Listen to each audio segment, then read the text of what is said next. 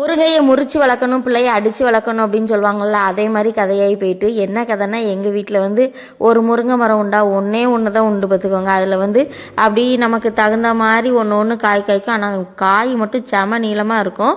சரி, ஒரு பக்கத்தில் வந்து நிறைய பூவும் காயுமா கிடந்துச்சு. சரி இருக்கட்டுமே அப்படின்னு சொல்லிட்டு நான் அப்படியே விட்டு வச்சுருந்தேன். இல்லாட்டினா எப்போவுமே கொஞ்சம் முறித்து தான் விடுவேன். ஏன்னா ரொம்ப உயரத்துக்கு போகும், பறிக்கவே முடியாது.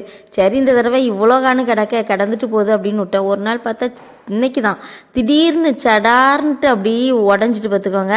அதனால் சரி அதை வேறு என்ன பண்ணுறது அப்படின்னு சொல்லிட்டு அப்படியே போயிட்டு எல்லா அதில் கிடக்கல முருங்கைப்பூவெல்லாம் அப்படியே க்ளீனாக பறித்து எடுத்துகிட்டேன் பார்த்துக்கோங்க. முருங்கைப்பூ வந்து ரொம்ப ரொம்ப நல்லது அப்படிங்காங்க.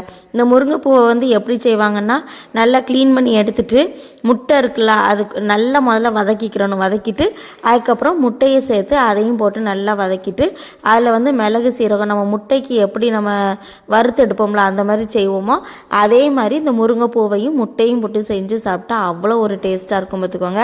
எப்போவுமே இவ்வளோ பூ கிடைக்காதுல, இன்னைக்கு இவ்வளோ பூ கிடச்சிருக்கு. சரி உருவி வைப்போம், உடம்புக்கு நல்லதுன்னா சேர்த்துக்கிற வேண்டியதானே அப்படின்னு சொல்லிட்டு அதையும் எடுத்து வச்சுருக்கேன். இன்னொரு பக்கம் பார்த்தீங்க அப்படின்னா அப்படியே ஒரு மாதிரி பிஞ்சா அவ்வளோ காய். சரி இதை வந்து அவிச்சு சூப்பு மாதிரி தான் குடிக்கணும், வேறு வழியே கிடையாது. அது வந்து இந்த சிறுபருப்பு இதெல்லாம் போட்டு ஒரு மாதிரி அப்படி சூப்பு மாதிரி குடிச்சோன்னு வச்சுக்கோங்களேன், அதுவுமே நல்லாயிருக்கும். வேறு என்ன பண்ணுறது, கிடைச்சதை வச்சு நம்ம யூஸ் பண்ணிக்கிற வேண்டியதான் அப்படின்னு சொல்லிட்டு அந்த வேலையை தான் இன்றைக்கி வந்து பார்த்துக்கிட்டு இருந்தேன். இந்த மாதிரி முருங்கைப்பூ கிடைச்சா என்ன செய்வீங்க உங்கள் ஊரில் அப்படிங்கிறத தெரிஞ்சால் கீழே கமெண்ட்டில் சொல்லுங்கள். தேங்க்யூ.